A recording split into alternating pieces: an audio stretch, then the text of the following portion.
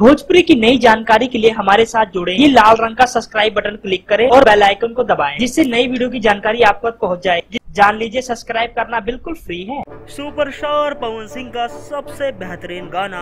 दोस्तों, हम आपको बता दें, सुपरस्टार पवन सिंह अपने गानों के चलते हमेशा ही चर्चाओं में बने रहते हैं, लेकिन इस बीच चर्चा में आने का कारण उनका एक नवा गाना। दोस्तों, आपको बता दें, पवन सिंह का ये नवा गाना जो कि बर्फ में शूट किया गया है, हम आपको बता दें बहुत ही जबरदस्त गाना है पवन सिंह का। दोस्तों, आपको बता दें, इस गाने को बहुत ज्यादा पसंद करने की उम्मीद दिखाई दे रही है, क्योंकि जब भी पवन सिंह एक अनोखे किरदार में नजर आते हैं, हमेशा ही उनके गाने को लोग बहुत बड़ी मात्रा में पसंद करते हैं। हम आपको बता देना चाहते, इस बार पसंद इसलिए किया जाएगा क्योंकि जिस तरह पवन सिंह का हर बार एक नया लुक हमें सामने आता है, उस तरह हमें ये देखने को मिल सकता है। हम आपको बता दें, ये गाना बहुत बड़ा हिट बनेगा, ऐसा दावा किया जा रहा है भोजपुरी इंडस्ट्री में। देखते हैं दोस्तों, ये गाना रिलीज होगा जल्द ही, देखते हैं क्या कमाल करता है ये गाना। धन्यवाद।